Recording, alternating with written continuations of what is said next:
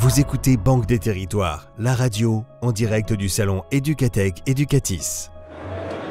Et bienvenue sur le stand de la Banque des Territoires. Depuis hier, nous vivons de très beaux moments d'échange autour de projets créatifs, coopératifs, pour la plupart, pour tous même on peut dire, au service de l'éducation et de la formation au sens large. Et nous allons le voir une nouvelle fois cet après-midi, quel que soit notre âge, le numérique nous met en situation d'apprenant. C'est ce qui le rend parfois un petit peu intimidant, mais qui nous ouvre aussi un univers de possibles en perpétuelle progression.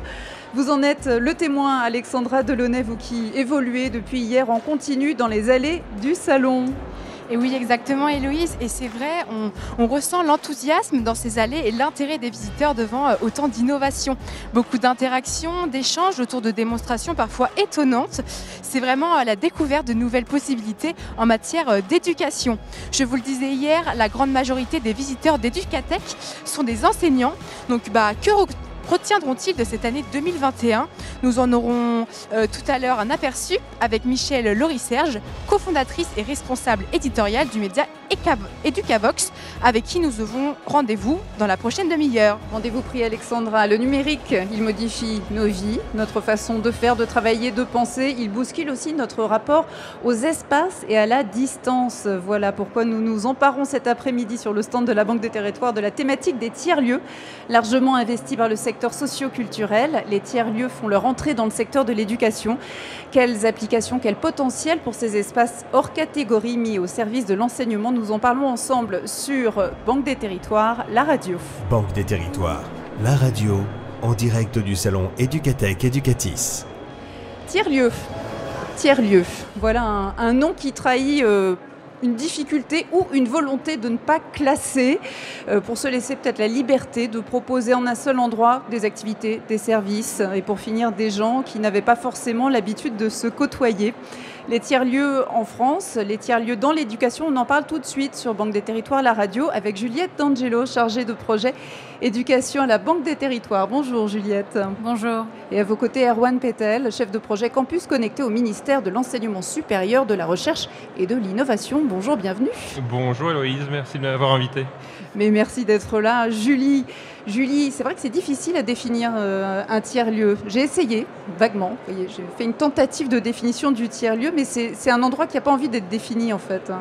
Oui, c'est Juliette. Mais... Pardon, Juliette. On a eu une Julie avant, donc ouais. C'est bien normal.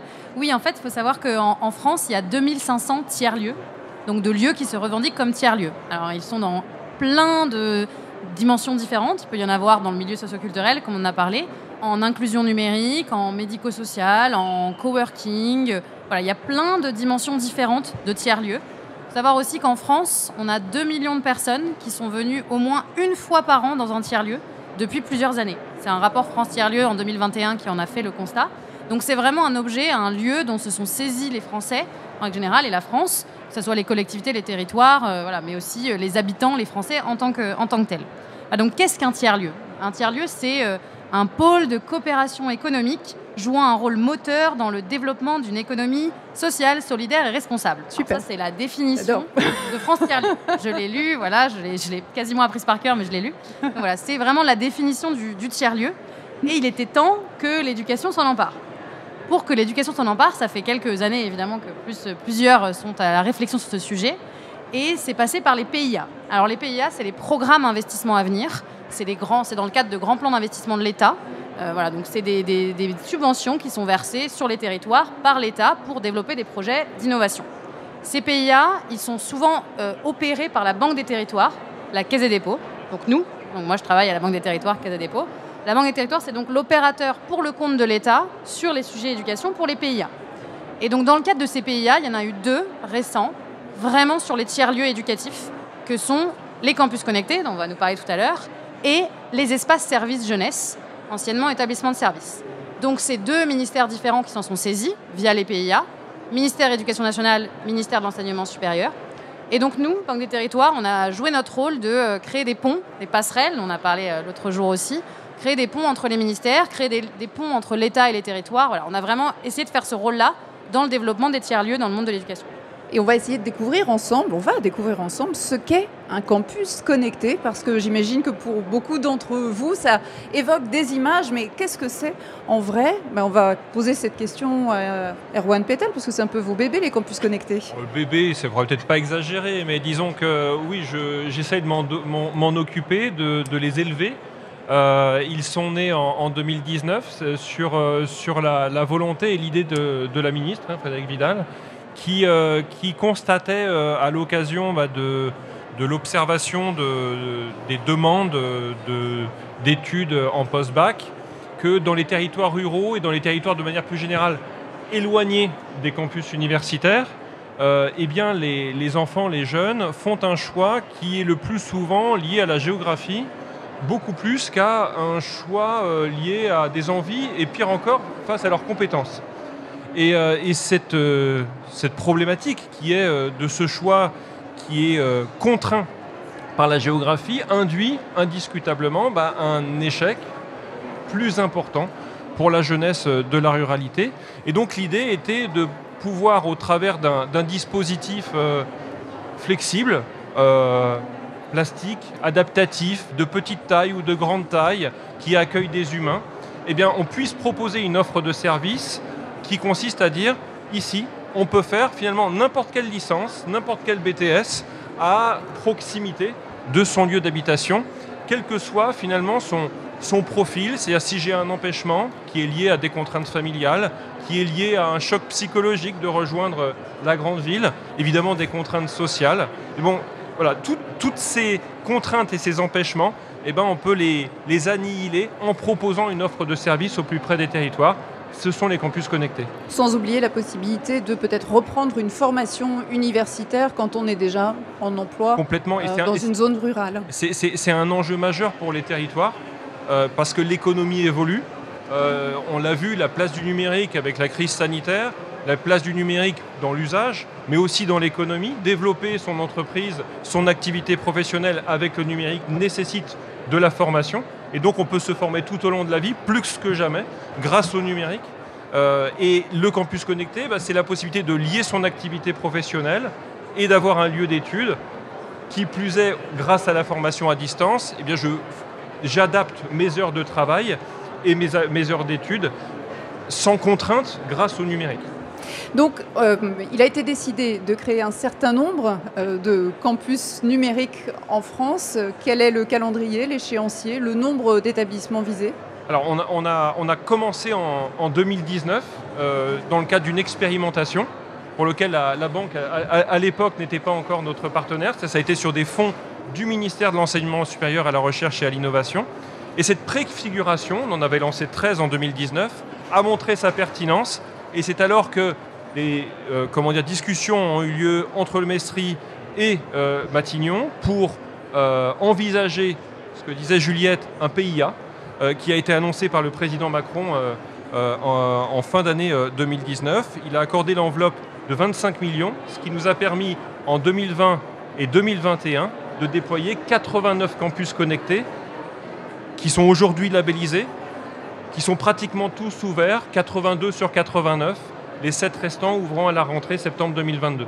On parle de zones rurales, ils sont plutôt tous dans des zones rurales ou il y a des cas particuliers ? Non, il y a plein de cas particuliers. En fait, l'idée, c'est, je vois un monsieur qui est du rectorat ici, on a demandé l'aide, le soutien, l'expertise de tous les services déconcentrés de l'État. Un rectorat sait où les territoires sont en manque, où il y a de la souffrance d'accès à l'enseignement supérieur. Les préfectures, les sous-préfectures, les universités, évidemment, voient aussi et connaissent leur territoire. Et donc c'est au travers de toutes ces analyses qu'on a pu désigner, identifier, motiver aussi des candidatures. Aujourd'hui, 66 campus connectés sont dans la ruralité, dans la définition de l'INSEE. Ils rentraient là en parfaite cohérence avec l'agenda rural qui avait été établi par le ministère de la Cohésion des Territoires et le secrétariat d'État à la ruralité. L'agenda rural voulait qu'au moins un tiers des campus connectés, c'est-à-dire 33 sur la centaine, soient en territoires ruraux. On a doublé la mise, on en a mis 66. Et puis, il y en a d'autres, dans d'autres contextes géographiques. Je pense à la Polynésie française, par exemple, grande comme l'Europe, en termes de surface, et donc l'éloignement à l'opérateur qui est sur l'île principale, à Papeete, crée évidemment de l'inhibition, de l'empêchement à suivre des études supérieures. Il y aura donc 5 campus connectés en Polynésie. La ministre était la semaine dernière à Mayotte et à La Réunion. Il y en a un à Dembeni Mamoudzou, il y en a un à Saint-Benoît de La Réunion. Voilà. Donc il y a l'objet aussi territoire ultramarin. Et puis il y a quelques ovnis, entre guillemets, c'est-à-dire qui ne répondent pas à ce que l'on pensait, puisque ce sont des candidatures. Et donc la région Bretagne et la région Normandie, les agglomérations liées, ont souhaité proposer des campus connectés en milieu pénitentiaire. Et donc à cette occasion-là, nous avons lancé, et en lien et en partenariat avec le ministère de la Justice, les 2 premiers campus connectés en centre pénitentiaire. Et sinon, ils sont portés, vous l'avez dit, par des collectivités territoriales, mais ils sont adossés à une université ou à un partenaire éducatif, en tout cas. Ils sont le résultat d'une candidature d'une collectivité territoriale. Ouais. Ils sont sous la responsabilité d'une collectivité territoriale. D'accord ? Donc ça peut être la commune, la communauté de communes, l'agglomération, le département. Je pense au département de l'Ardèche, le département de la Lozère, qui portent ces candidatures-là et qui vont opérer conduire ces campus connectés jusqu'en 2025-2026, fin du PIA, pour ensuite travailler sur leur pérennisation, bien évidemment. Et évidemment que ces campus connectés, qui sont des tiers-lieux, c'est-à-dire j'habite à Florac, dans les Cévennes, en Lozère, je peux aujourd'hui faire une licence de droit à l'université Paris 2, puisque les formations à distance n'ont plus aucune contrainte géographique. Donc je choisis ma formation, mon opérateur de formation.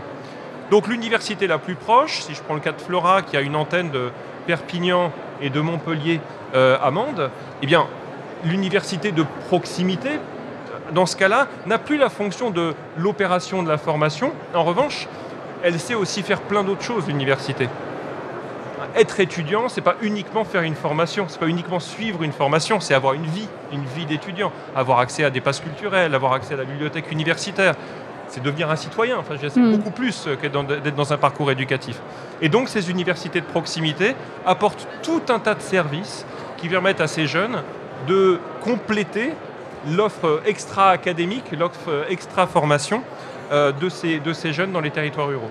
Je vous propose d'aller faire un petit tour dans la communauté de communes de Vierzon, Sologne-Berry, avec David Fageret, qui est directeur des affaires économiques de cette communauté de communes, et Séverine Rodriguez, qui est la toute récente embauchée du campus connecté de Vierzon. C'est un reportage d'Alexandra Delaunay.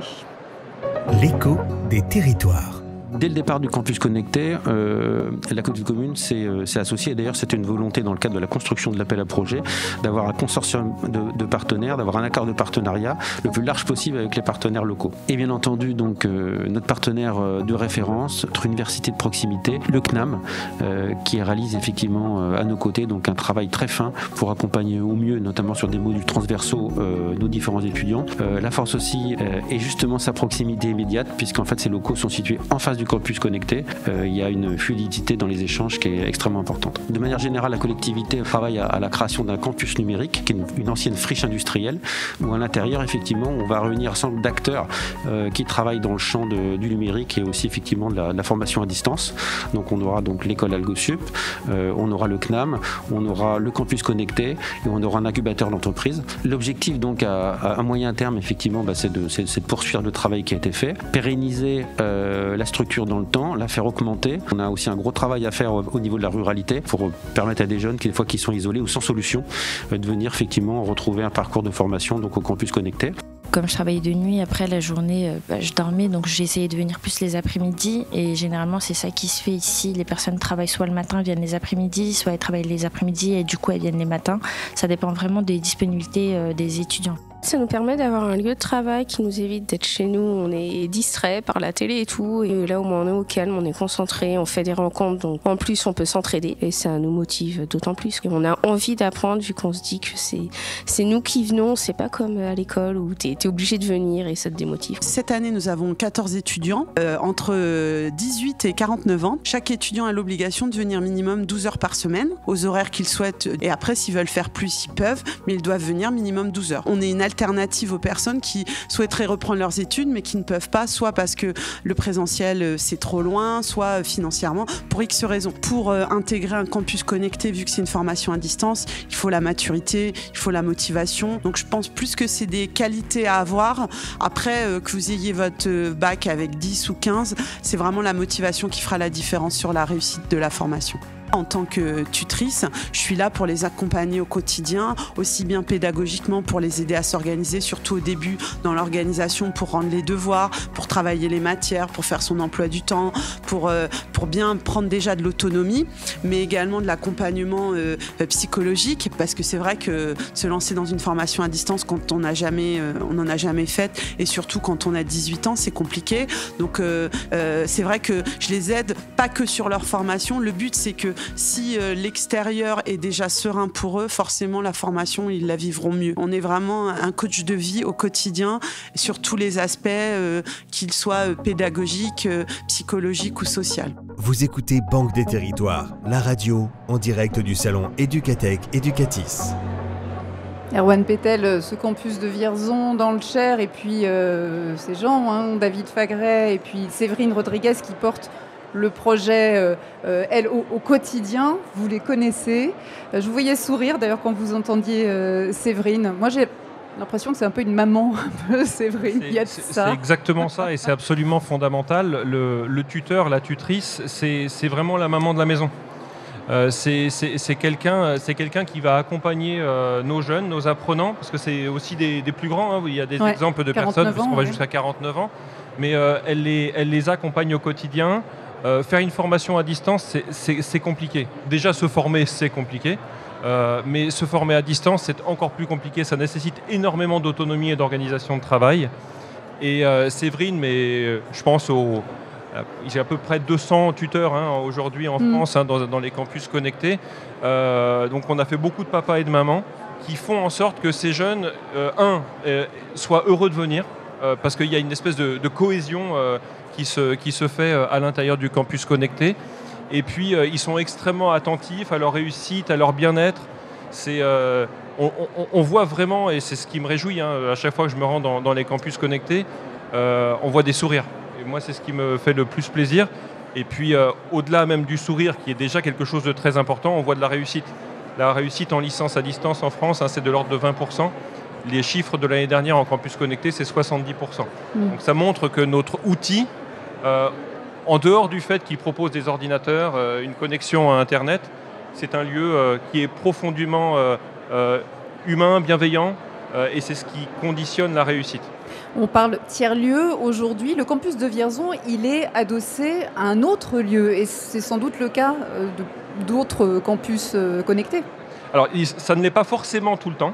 En revanche, on s'attelle aujourd'hui à travailler avec l'Agence nationale pour la cohésion des territoires, qui a été missionnée par le Premier ministre pour faire en sorte que, justement, ce que vous disiez et ce que Juliette définissait parfaitement comme étant un tiers-lieu, je serais totalement incapable de répéter sa définition qui était magnifique, mais le tiers-lieu, c'est une offre de service. Mais pourquoi qu'une ? Donc, évidemment, il y a la contrainte du mur, des lieux, et à Vierzon, le lieu est très grand. Et donc, on y accueille des entreprises. Il y a une licorne à Vierzon qui est présente. Et donc, c'est vraiment l'idée. C'est de faire en sorte qu'un tiers-lieu soit en fait un gigantesque lieu totem, une MJC. Je crois que la chose a été... mais une MJC qui ne soit pas destinée aux jeunes, qui soit destinée à toute la population et qui soit là un catalyseur de la dynamisation des territoires. Donc, ils sont évidemment d'autant plus pertinents dans les territoires qui ont besoin de redynamisation. Mais j'étais la semaine dernière à Marseille, dans les quartiers nord. On a implanté un campus connecté au cœur des quartiers nord de Marseille. On a une 50aine d'étudiants qui sont issus des quartiers prioritaires de la ville. Et à côté de ça, il y a aussi toute une énergie positive d'accueil d'entreprises, d'entrepreneuriat. Et donc c'est tout ça qui est en marche aujourd'hui au travers de cette politique de tiers-lieu au-delà des campus connectés. Est-ce qu'on peut imaginer aussi, puisque ce dispositif, ce principe existe, là vous êtes dans des créations de lieux, mais qu'on puisse implanter ce système-là dans d'autres réseaux de tiers-lieux. Je pense notamment dans des écoles, par exemple. Alors, on a des campus connectés dans des écoles. Si je prends le cas de celui du Vigan, on va faire de la géographie aujourd'hui. Donc, cette fois-ci, on part dans le Gard, au sud, à cheval. On fait un triangle rectangle entre Nîmes et Montpellier. Donc, voilà, l'angle droit, c'est le Vigan. Donc là, on est dans une cité de 5000 habitants. Et donc, le campus connecté est un bâtiment annexe de la cité scolaire. Donc, voilà, c'est un prolongement. Mais encore une fois, on ne veut pas on veut pas rigidifier le système. C'est-à-dire que ce dont on est en train de parler, je dis ça ouvre des possibles. Voilà, tout est possible, exactement. En fait. Tout est possible, et il faut laisser cette liberté, cette autonomie, tout en évidemment en étant là tous ensemble avec la banque et le Messery ici, mais avec d'autres ministères qui sont aussi dans la boucle des tiers-lieux.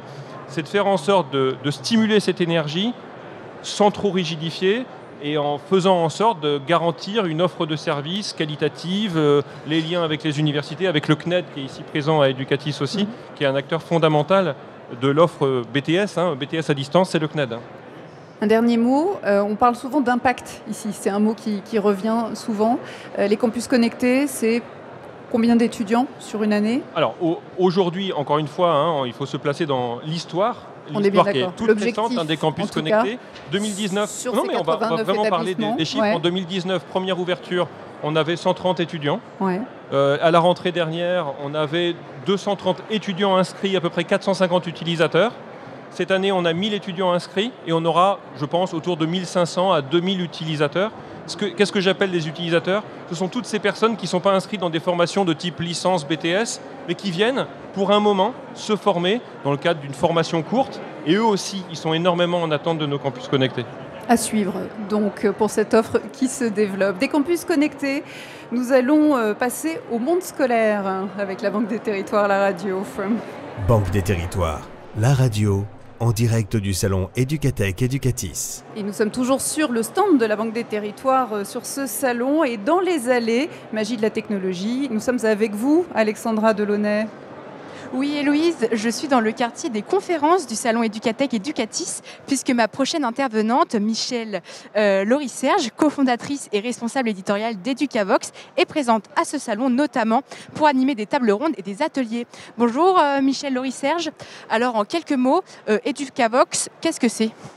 Educavox est un média dit média citoyen qui repose sur un projet associatif, l'ANAE, l'Association nationale des acteurs de l'école, qui a été créée en 1996, Educavox en 2010, avec pour idée de présenter des innovations, de l'actualité sur l'école d'aujourd'hui, avec bien sûr l'irruption du numérique dans nos sociétés. Et nous avons toute une équipe autour de nous, bien sûr, et à la fois de gens qui contribuent et de partenaires et les gens de l'association. Voilà. Et je le disais, vous êtes présente à ce salon notamment pour animer des tables rondes, des ateliers. Sur quel sujet ?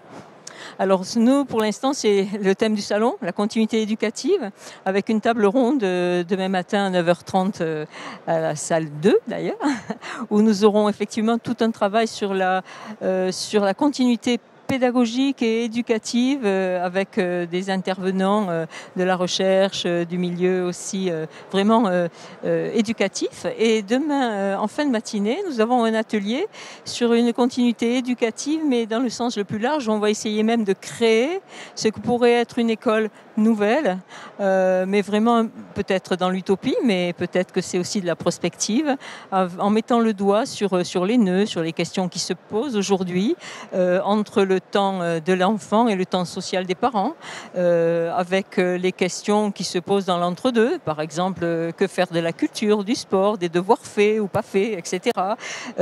Comment faire de la coéducation, enfin toutes ces questions-là qui se posent aujourd'hui dans une école qui est quand même structurée encore comme une école d'autrefois. Et est-ce qu'il y a des innovations pédagogiques qui vous ont interpellé ? Alors il y a énormément d'innovations. Moi, je trouve que c'est vraiment un salon où il y a plein de créativité. Alors on ne va pas faire le tour de toutes les questions parce que ça serait vraiment énorme, mais c'est vrai que quelques innovations ou quelques pépites m'ont interpellée.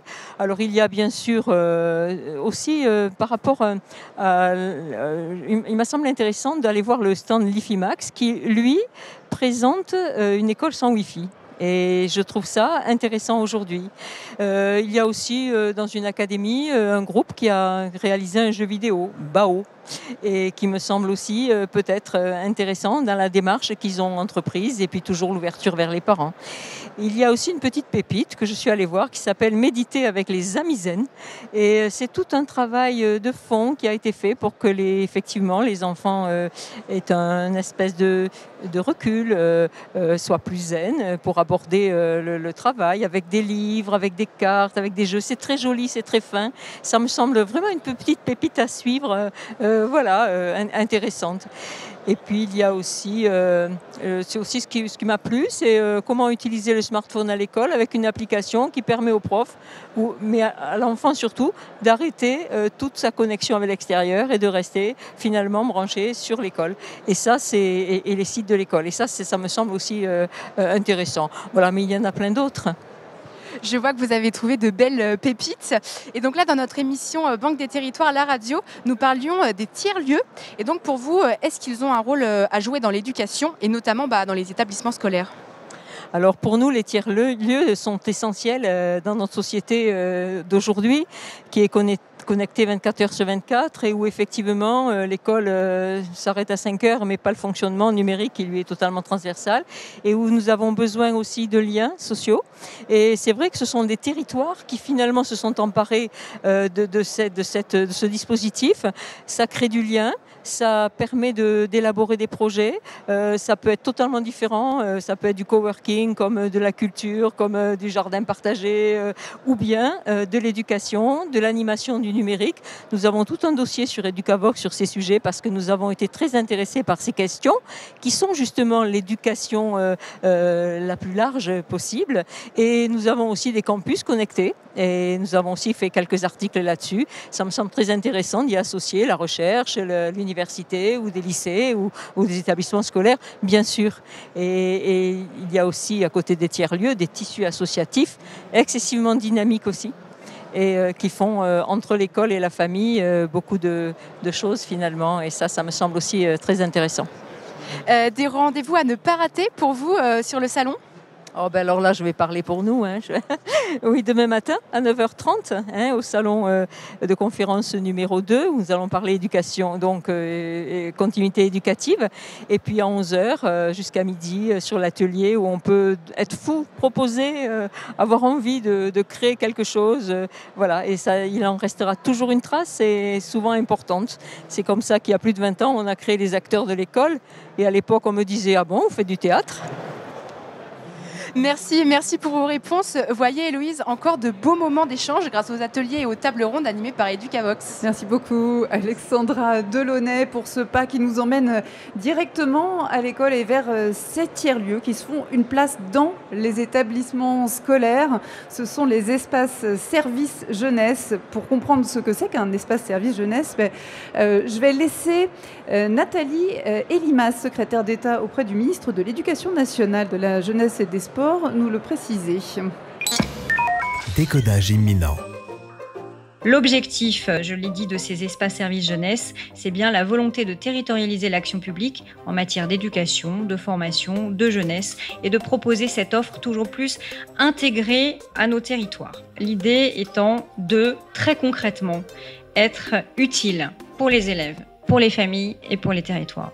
Et de regrouper dans ces espaces un bouquet d'offres extrêmement variés, allant bien sûr de l'orientation à la formation, à l'insertion, des offres culturelles, des offres sportives, des offres sociales, sanitaires, etc. Bref, un bouquet d'offres qui permettent à ces familles d'avoir accès le plus possible à l'information.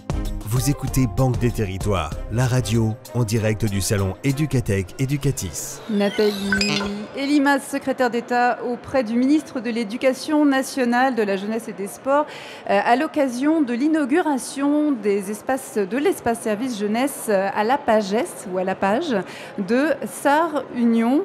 Juliette D'Angelo, c'est quoi un espace service jeunesse ? Alors déjà, pour rappel, Espace Service Jeunesse, c'est le nouveau nom des établissements de service. Donc comme ça a un peu changé de nom en cours de route, je pense que c'est bien de le repréciser. Alors qu'est-ce que c'est un établissement de service ? C'est vraiment, vraiment une volonté de créer des tiers-lieux en milieu scolaire. Donc c'est un peu le pendant éducation nationale de ce qu'est un campus connecté. Évidemment, on ne va pas demander à des lycéens de suivre entièrement à distance leur scolarité. Et de toute façon, pour ça, il y a le CNED qui existe déjà. Là, l'idée, c'est plutôt de créer des lieux, des espaces dans les établissements scolaires, donc dans les collèges et les lycées, qui soient ouverts. Alors ça, c'est vraiment très important. C'est ouvert sur l'extérieur, accessible depuis la rue idéalement. Voilà, donc l'idée, c'est vraiment que ces lieux soient ouverts et soient ouverts à tous. Alors tous, c'est en première cible, évidemment, les jeunes, parce que c'est évidemment la première cible des établissements scolaires. C'est que tous les jeunes puissent venir dans ces lieux, qui se sentent bien, qu'ils aient des services, qu'ils aient des chaises, des ordinateurs, voilà, qui soient vraiment que c'est un lieu un peu comme une salle dans laquelle on rentrerait, dans laquelle on se sentirait bien, voilà, un espèce de salon au sein des collèges et des lycées. Évidemment, une deuxième cible, c'est les parents, parce que l'objectif de ces espaces services jeunesse, c'est aussi de rapprocher les parents de l'école, de les faire rentrer dans les établissements scolaires. Alors, on a vu avec les plans Vigipirate, le Covid, les confinements, les établissements scolaires sont quand même des lieux assez fermés, qui sont un peu distants de la famille, qui peuvent être en tout cas. Et là, donc là, l'idée, c'est de faire revenir les parents, notamment les parents éloignés, notamment les jeunes éloignés, dans ces établissements scolaires pour rendre l'école et les établissements plus attractifs, plus inclusifs. Voilà, donc ça, c'est un peu en résumé les volontés, les objectifs derrière ces espaces services jeunesse. Alors, je rappelle aussi en 2 mots, les espaces services jeunesse, c'est le PIA 3, donc c'est aussi des programmes d'investissement à venir. C'est une volonté du ministère de l'Éducation nationale, du secrétariat général pour l'investissement et de la Banque des territoires Caisse des dépôts de créer ces nouveaux lieux, en tout cas de financer et de créer ces lieux-là au sein des établissements scolaires. Il y a eu 2 vagues, on a 18 lauréats, donc aujourd'hui on a 18 espaces services jeunesse ouverts ou en cours d'ouverture sur l'année scolaire 2021-2022. Et vraiment l'objectif c'est d'avoir 18 lieux, et on espère plus par la suite, dans des collèges et des lycées, pour attirer un maximum de jeunes et de parents à revenir vers l'école. Voilà, c'est vraiment le aller vers pour que les jeunes reviennent vers l'école. Alors, je vous propose de voir comment l'Académie de Metz-Nancy s'est saisie de cet appel à projet sur les espaces services jeunesse. À côté de moi, Christine François, déléguée académique au numérique à l'Académie. Rebonjour, puisque vous étiez avec nous ce matin sur l'émission pour les territoires numériques éducatifs. À vos côtés, Marjorie Tonnelier, coordinatrice de l'espace service jeunesse du territoire de Forbach. Bienvenue. Bonjour. Il a ouvert quand cet espace service jeunesse du territoire de Forbach ? Alors, il a ouvert au mois de septembre. Il s'est inscrit dans une dynamique qu'on avait commencé à engager autour d'un laboratoire numérique sous forme d'un tiers-lieu. Et en fait, grâce à cette opportunité qui nous a été donnée de l'appel à projet autour des établissements de services, en fait, on a pu justement bénéficier d'une dynamique encore plus ouverte de ce que nous avions implanté sur le territoire de Forbach. Aujourd'hui, juste pour donner une photographie de ces territoires, c'est le territoire le plus défavorisé de l'Académie. Nous avons 3 quartiers prioritaires de la ville, beaucoup de familles en situation d'être allophones, beaucoup de mamans célibataires qui ont des grandes difficultés de prendre en charge tout un ensemble de situations d'accompagnement de leurs enfants parce qu'il y a déjà les priorités de la vie dont il faut se charger. Et puis, je dirais qu'on est dans un environnement économique vraiment très dur parce que, en fait, c'était un territoire minier. Donc, il y avait un principal employeur qui était vraiment un atout pour le territoire. Et puis, maintenant, nous n'avons plus la mine. Et c'est le bassin houiller qui n'a pas su ou qui n'a pas pu trouver d'autres formes économiques. Ce qui fait qu'en fait, quand je vous parle des cités QPV de Forbach, vous voyez, l'état d'esprit est encore plus différent que certaines cités où ils ont des modèles comme Mbappé, etc., où les jeunes se projettent. Et en fait, de ces quartiers-là, aujourd'hui, ils n'ont pas de leader d'opinion vers lesquels ils peuvent se projeter. Donc je dirais que non seulement on a un état des lieux économique très difficile, avec peu d'opportunités, et en plus, les jeunes n'ont pas de référence de personnalité vers lesquelles ils peuvent aller. Alors, il y a tout à faire. Quel est l'établissement qui accueille l'établissement de service jeunesse ? Alors, c'est un lycée. On a choisi le lycée Condorcet de Chenec parce qu'il avait pour spécificité culturelle en fait, d'être un ancien centre de formation d'apprentis de la mine. et qu'il y avait eu une ADN, un écosystème très particulier. On a fait un gros travail avec l'équipe pédagogique parce qu'il a fallu, et Marjorie en témoignera, trouver des mètres carrés, libérer des mètres carrés, transformer ces mètres carrés. On a aujourd'hui 250 mètres carrés qui sont alloués au tiers-lieu. Et on l'a vraiment engagé, on vous montrera les témoignages, on l'a ouvert à peine en septembre et il y a énormément d'actions que Marjorie Tonnelier a déjà mis en place parce qu'on a été vraiment là où il y avait une vraie problématique et je rejoins le témoignage de Juliette, c'est de dire il y a des secteurs sur lesquels il faut qu'on aille de façon très précise pour redonner du sens, redonner envie. Et nous, on a une logique dans le dossier qu'on a défendu d'accueil dans le tiers-lieu, mais surtout de faire des actions dans les territoires, dans les QPV. 3 QPV, on s'est mis au cœur des 3 QPV et les familles nous ont dit nous n'irons pas dans le tiers-lieu parce que c'est sortir de notre quartier. Pour nous, aujourd'hui, c'est pas surmontable. Alors, on était effarés et donc on a, Marjorie en témoignera, à chaque fois on a une logique délocalisée. On fait des actions dans le tiers-lieu et des actions dans les quartiers en même temps. Pour que, à un moment donné, puisque le projet il s'inscrit quand même sur 5 ans, et merci à la Banque des Territoires d'avoir fait un projet sur un temps long pour avoir le temps de s'installer, sinon ce n'était pas possible, pour donner envie de mieux nous connaître et de les faire venir progressivement. Mais c'est-à-dire qu'on ne peut pas avoir une offre de service dans le tiers-lieu uniquement au départ, c'est pas possible. Il faut vraiment aller dans les quartiers pour désenclaver les quartiers. Et aller en proximité des partenaires associatifs. Il faut juste que je vous dise, quand on a défendu le dossier, on a eu plus de 25 partenariats qu'on a adossés à notre montage de projet. Donc au-delà des services du rectorat, tous les conseillers de recteurs se sont mobilisés, tous les services orientation, la culture, le transfrontalier, je vais les oublier, la formation professionnelle, la vie scolaire, tout le monde était là pour porter le dossier. Et on a adossé Emmaüs Connect, l'association du bassin houillé, Pôle emploi, Cité de l'emploi. Tout le monde est venu et on a eu 12 laboratoires de recherche de l'Université de Lorraine qui sont venus aussi à nos côtés. Vous voyez, il y a eu un effet de synergie énorme et heureusement, au regard des défis colossaux dont on a la responsabilité en tant que service d'État. Juliette D'Angelo, la spécificité des établissements jeunesse-service, c'est que des espaces jeunesse-service, je savais que je me louperais un moment, c'est que ce sont des projets avec une grande marge de liberté dans la construction. Tout à fait. Alors les espaces service jeunesse, je sais c'est compliqué parce qu'on a changé de nom et voilà, mais donc espace service jeunesse, ESJ. Ce qui est intéressant, c'est qu'on a laissé la possibilité au territoire de créer leur propre offre de service. Donc l'idée, c'était vraiment de dire, en fait, qu'est-ce qu'on va trouver dans ces tiers-lieux ? Parce que c'est bien de faire un tiers-lieu dans un établissement scolaire, mais pourquoi et qu'est-ce qu'on va trouver comme service dedans ? Alors, évidemment, les premiers éléments auxquels on a pensé, nous, en tant que Banque des Territoires et évidemment avec le ministère de l'Éducation nationale, c'est l'inclusion numérique. C'est évidemment former les parents, former les jeunes, comment on utilise une application, si on a Pronote, comment on utilise Pronote, comment on suit les notes.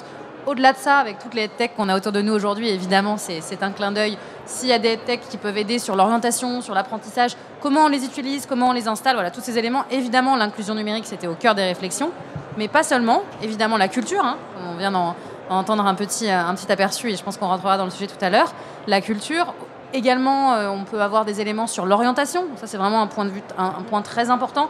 Beaucoup d'espaces services jeunesse qui ont candidaté avaient une focale sur l'orientation. Comment on aide ces jeunes-là à avoir un vrai parcours d'orientation, le leur, comment ils le construisent, comment ils peuvent être aidés, avec qui, voilà, on parlait des rôles modèles un petit peu, comment ils peuvent en trouver, voilà, ça c'est vraiment une focale intéressante aussi.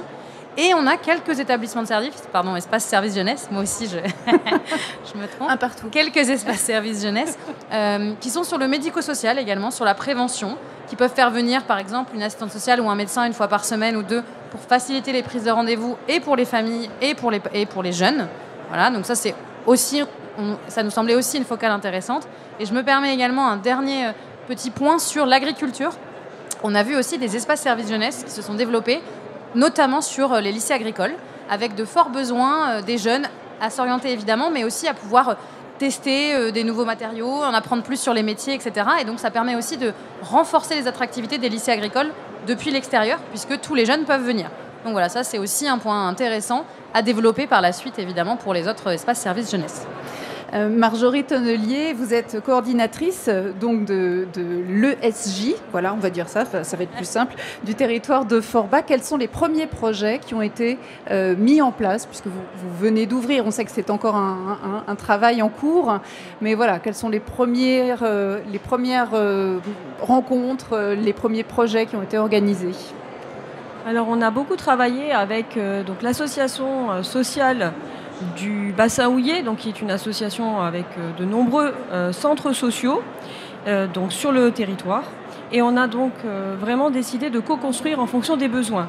Donc un projet qui a émergé très rapidement, c'était un projet autour du sport, autour de valeurs, et aussi l'idée de proposer quelque chose de nouveau. Donc on a mis en place un projet Urban Ball avec des sportifs de la Team S3.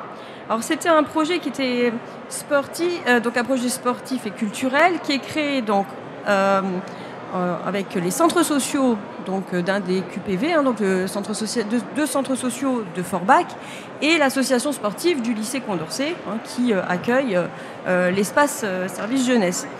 Et donc c'est à la fois donc effectivement un projet sportif, puisqu'on va avoir un sportif qui va être accueilli en visioconférence à plusieurs reprises dans l'année. Et puis à la fin, donc, on aimerait, si tout se passe comme prévu, au mois de mai, organiser une rencontre et donc accueillir ce sportif. Et donc il y a aussi, on voulait tout de suite un volant donc découverte de nouveaux métiers. Parce qu'autour justement des métiers sportifs, il y a des métiers du numérique, de l'événementiel. Et les jeunes ne le savent pas forcément. Et du coup, il y avait cette idée. Donc on a demandé au manager de la Team S3 d'intervenir. Il a fait une mini-conférence. Et une des particularités aussi de ce projet, comme le disait Christine, c'est que l'idée c'était de d'avoir toujours la notion d'itinérance.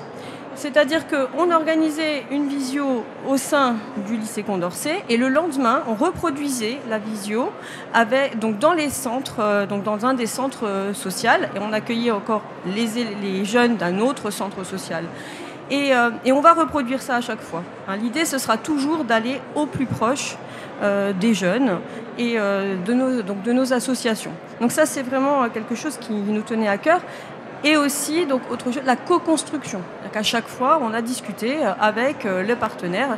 Est-ce que c'est ce que vous voulez? Qu'est-ce qu'on peut faire? Et donc, je pense que ce projet est un projet qui aura du sens.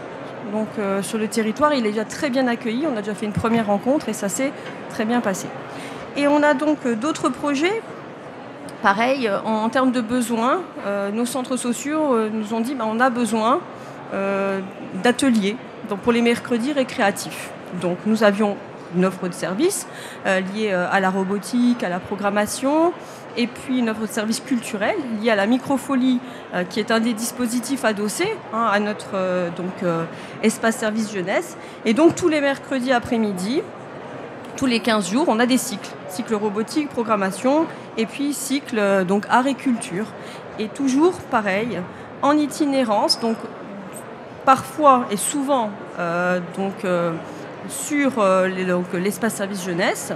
Donc les animateurs viendront avec les jeunes, mais aussi nous déplacerons avec mon collègue qui anime le laboratoire numérique adossé, nous déplacerons dans les centres sociaux. Et on sent dans ce que vous dites, vous parliez tout à l'heure de cette nécessité d'avoir un temps long pour que les projets s'installent, mais aussi pour qu'on soit dans cette logique d'expérimentation, qu'on se permette le droit à l'erreur aussi, Christine François. Ah oui, on a eu du mal à définir c'était quoi cet objet que nous étions en train d'élaborer. On a beaucoup travaillé, on a beaucoup rencontré les partenaires locaux. Ça a été vraiment très long à définir l'objet. En fait, ce sur quoi on commence maintenant véritablement à être sûr, c'est que ça doit être un lieu de convivialité, d'interaction sociale, un lieu où on crée de l'intelligence collective. Évidemment, nous avons en charge la dimension numérique. Et pourquoi je suis allée dans ce quartier-là? Parce qu'au moment du confinement, c'est lui qui a été le plus durement touché. C'est vraiment là où j'ai le moins réussi à assurer de la continuité pédagogique. Et humainement, ça m'a beaucoup heurté de voir que j'arrivais à mettre en place le travail pour les enfants pour qu'il n'y ait pas de décrochage et qu'en fait, dans les quartiers où on en avait le plus besoin, et ben en fait, c'est ces enfants-là qui n'étaient plus accompagnés. Humainement, c'est très rude de faire ces constats-là. Et donc, comme je déteste la fatalité, je me suis dit, c'est vraiment là où je vais aller. Et c'est là où c'est plus difficile. Et justement, en fait, quand c'est difficile, vous savez à quel point les équipes deviennent extrêmement solidaires. Et on est en train d'inventer un objet qui dépasse la question de l'éducation nationale, mais qui est profondément sociétal. Et ce à quoi j'aspire, c'est que dans 5 ans, on ait des jeunes qui sortent des lycées, etc., qui se disent moi, je peux monter une start-up, moi, je peux monter une entreprise, moi, je viendrai témoigner, je veux être chercheur, parce qu'on a amené beaucoup les chercheurs, et on voit bien que les élèves commencent à discuter avec des doctorants et se disent peut-être pour moi aussi, c'est possible. C'est-à-dire qu'on tire avec nous tout l'écosystème dont je bénéficie par la dimension du numérique et de la recherche pour l'ancrer à Forbach où il ne serait pas forcément aller. Et vraiment, je pense qu'on a, si j'élargis le débat du tiers-lieu, on a vraiment une responsabilité collective par rapport à une France qu'on dit parfois fracturée sur certaines dimensions. Je pense qu'il y a une telle intelligence et une telle énergie individuelle et collective qu'on peut vraiment faire quelque chose. Et c'est incroyable que cette opportunité d'appel à projet arrive au moment où on en avait le plus besoin. Je rebondis par rapport à la conférence de ce matin sur TNE. On voit bien qu'en ce moment, on nous offre des opportunités de proximité avec tous les acteurs. Et c'est pour nous, c'est juste le bon moment. Christine François, déléguée académique au numérique de l'Académie de Metz-Nancy. À vos côtés, Marjorie Tonnelier, qui est coordinatrice de l'espace service jeunesse du territoire de Forbach. Merci d'avoir été avec nous. Je vous propose non pas de nous quitter, mais peut-être de vous décaler un peu, parce qu'on va recevoir quelqu'un qui sait, créer une opportunité, un peu tout seul. Banque des territoires, la radio, en direct du salon Educatech Educatis. Sébastien Goulot, délégué régional académique au numérique éducatif en Nouvelle-Aquitaine. Bonjour. Bienvenue. Merci de votre accueil. Merci à vous. Alors, on tenait à ce que vous soyez là, parce que l'initiative dont vous allez parler, elle n'entre pas dans un appel à projet, elle n'entre pas dans un appel à manifestation d'intérêt, pas du tout. C'est vous qui en avez eu l'idée, donc je vais vous laisser l'expliquer. Alors, l'idée, ce qu'on voit dans cette discussion, c'est qu'effectivement, il faut apporter un service au plus proche du citoyen. Et parfois, on ne sait pas où se trouve la grande pauvreté. Donc le pari qu'on a fait, donc en partenariat avec La Poste et via le réseau des espaces France Service, c'est d'apporter les services de l'éducation nationale au sein des bureaux de poste. Donc on a lancé 2 expérimentations en Charente-Maritime et dans le Lot-et-Garonne, donc dans 2 agences La Poste. Donc d'apporter un nouveau service de l'État, qui sont ceux de l'éducation nationale, là où on trouve déjà d'autres services apportés par l'État, sur les impôts, la justice ou autres. On va écouter ce que c'est qu'un espace France Service, justement. Décodage imminent. France Service, le service public proche de vous au quotidien. Où que vous viviez, en ville comme à la campagne, France Service vous permet d'accéder près de chez vous aux services publics du quotidien. Pour vos démarches administratives, France Service est en un lieu unique, pas moins de 10 partenaires nationaux. Quelle que soit votre demande, obtenir de l'information et des réponses à vos problèmes administratifs, réaliser une démarche en ligne, prendre facilement rendez-vous avec les référents Pôle emploi, Caisse d'assurance retraite, CAF, etc. 2 agents formés pour trouver des solutions à vos côtés vous accueillent dans votre France Service, un service public proche de chez vous. En 2022, plus de 2000 France Service sur tout le territoire national pour accéder aux services publics à moins de 30 minutes de chez soi. Vous écoutez Banque des territoires, la radio en direct du salon Educatech Educatis. Alors, je ne sais pas ce que vous en penserez tous autour de ce plateau, et vous, Sébastien Goulot, mais c'est vrai qu'une bonne idée, quelquefois, ça se reconnaît au fait qu'on se dit, mais pourquoi on n'y a pas pensé avant? Et c'est vrai que ça semble en fait assez cohérent que l'éducation nationale soit présente au même titre qu'un certain nombre de services publics qui entourent la vie. Je pense à la CAF, je pense à l'assurance maladie, je pense à Pôle emploi. Pourquoi est-ce qu'on n'y a pas pensé avant? Alors, on ne va pas répondre à cette question, mais c'est vrai que ça semble être l'évidence. Comment est-ce que vous avez été accueillis justement par le groupe La Poste quand vous êtes arrivé? Vous avez dit, moi je veux bien aussi y être. Alors, ça passe. C'est vraiment encore une fois, c'est un partenariat. Mais je pense que la Poste, le groupe La Poste, la Banque des Territoires, est très sensible à la grande pauvreté. Et on l'a vu notamment dans l'accompagnement qu'ils ont apporté lors de la période, notamment du confinement dernier. Donc, c'est vraiment une volonté conjointe d'apporter des services à ceux qui en ont le plus besoin. Alors, la grande difficulté, c'est une expérimentation, on n'est pas sûr de réussir. C'est que, par définition, on ne sait pas où sont les gens qui en ont vraiment besoin. Donc là, on pense aux familles allophones qui arrivent dans ces territoires-là. On pense aux familles qui n'osent pas aller demander de l'aide parce qu'ils ont honte à l'école, donc ceux qui ne se lèvent pas parfois le matin pour ramener les enfants à l'école ou qui ne les inscrivent pas. Voilà, c'est vraiment ceux qui sont très, très éloignés de l'école. Quels moyens vous avez pu mobiliser pour faire que ça puisse exister ? Alors, je pense qu'en premier lieu, les moyens de la Banque des Territoires, parce que c'est la Banque des Territoires qui finance ce réseau-là, les moyens du groupe La Poste, et puis après, ceux de l'Éducation nationale. On a l'avantage d'avoir une force de frappe, une volonté de faire quasi infinie. On n'entre pas dans l'Éducation nationale par hasard. Et donc, les moyens qu'on utilise sont ceux des établissements scolaires du secteur. Ce sont nos chargés de mission au niveau de la délégation régionale. Là, c'est vraiment de la mise en relation du réseau qu'on est en train de construire, des associations aussi qui se greffent. Voilà. Et vous avez formé donc les conseillers qui sont sur place. Vous les avez formés aux ENT, vous les avez formés. Voilà. L'objectif final, c'est donc d'accompagner ce qu'on appelle maintenant la e-parentalité. Les services de l'éducation nationale parfois sont complexes à atteindre, même si on cherche à les faciliter, notamment grâce au compte EduConnect. Mais parfois, c'est compliqué pour un parent, même s'il sait naviguer sur un réseau social, d'aller faire une demande de bourse, d'aller chercher les notes de son enfant sur l'ENT, d'accéder à toutes ces informations que pour autant on cherche à faciliter, mais pour certains, c'est très complexe, quoi. Donc ça, c'est une première chose.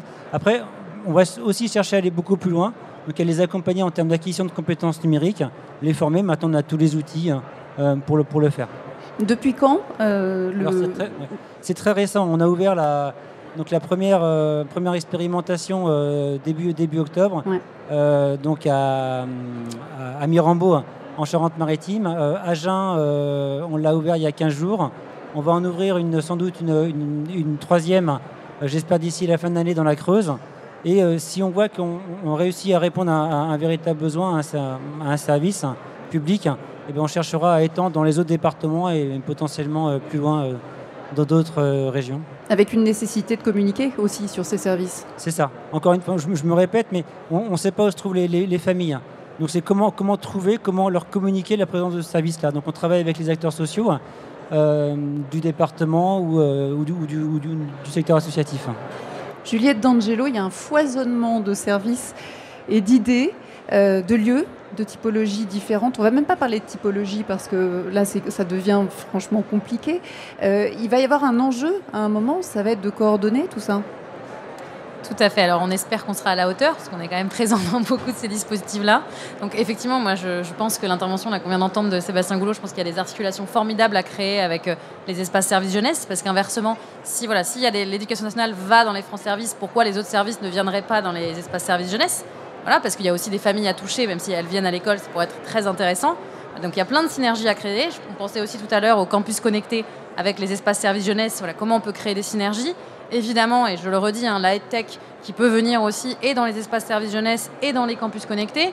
Je pense qu'il y a une animation en fait de réseau et évidemment en lien avec le ministère de l'Enseignement supérieur et le ministère de l'Éducation nationale. Je pense qu'il y a une animation commune de réseau qui peut se faire pour créer ces synergies. Pour les espaces services jeunesse, on est vraiment au début. Je rappelle, c'est vraiment des ouvertures à compter de septembre 2021, donc ça vient de commencer. Peut-être laissons-nous un an, comme on dit, il y a besoin de temps pour que les projets puissent se monter, pour que chacun trouve un peu ses objectifs, sa voie sur ces 18 espaces services jeunesse. Et puis après, je pense qu'on peut, ça sera tout à fait le moment et le temps, on aura la dynamique, on espère complètement post-Covid d'ici un an, de recréer des nouvelles synergies entre les acteurs. Je rappelle aussi que l'idée, c'est surtout pas d'uniformiser. On veut surtout pas créer la même chose partout. Là, je pense que c'est partagé par les acteurs, puisqu'il y a des besoins différents. On l'a entendu tout à l'heure sur Forbach. Il y a des besoins qui sont très différents en fonction des territoires. Et donc, l'idée, c'est de s'adapter. Et avec cette multitude d'outils et de lieux maintenant qui existent, adaptons-nous aux besoins des territoires et aux réalités pour que ça soit le plus pertinent possible et surtout que voilà, les familles viennent et que les services soient utilisés, ce qui est quand même le but premier de toute notre action à la Banque des Territoires. Un grand merci, Juliette D'Angelo, d'avoir été avec nous sur cette émission de Banque des Territoires, la radio. Erwan Petel, peut-être bientôt des campus connectés dans les espaces France Service. Je vous laisse réfléchir. Vous êtes chef de projet campus connectés au ministère de l'Enseignement supérieur, de la Recherche et de l'Innovation. Merci beaucoup, Christine François, déléguée académique au numérique de l'Académie de Metz-Nancy. À vos côtés, Marjorie Tonnelier, coordinatrice de l'espace service jeunesse du territoire de Forbach, et Sébastien Goulot, délégué régional académique au numérique éducatif en Nouvelle-Aquitaine. À très bientôt sur Banque des Territoires, la radio. Banque des Territoires, la radio, en direct du salon Educatech Educatis. Et merci de ce moment passé avec nous en direct du salon Educatech Educatis sur le stand de la Banque des Territoires. Et comme dans Banque des Territoires, il y a le mot banque, demain nous allons parler investissement. C'est tout naturel, mais pas n'importe quel investissement. La EdTech for Good, la Banque des Territoires a choisi de faire de l'investissement à impact social, d'accompagner les acteurs qui œuvrent en faveur de l'innovation pour l'éducation. Rendez-vous donc demain dès 9h30 pour notre émission EdTech for Good avec Alexandra Delaunay. Alexandra, vous serez toujours dans les allées du salon. Et oui, bien sûr, Héloïse, demain, le dernier rendez-vous, je vous emmènerai sur le stand de EdTech Actu à la rencontre d'Aurélie Tachot, qui nous fera son bilan du salon Educatech Educatis. À demain. Merci Alexandra. À demain. Et d'ici là, toutes les émissions de la Banque des Territoires, de la radio, sont à retrouver sur le site de la Banque des Territoires.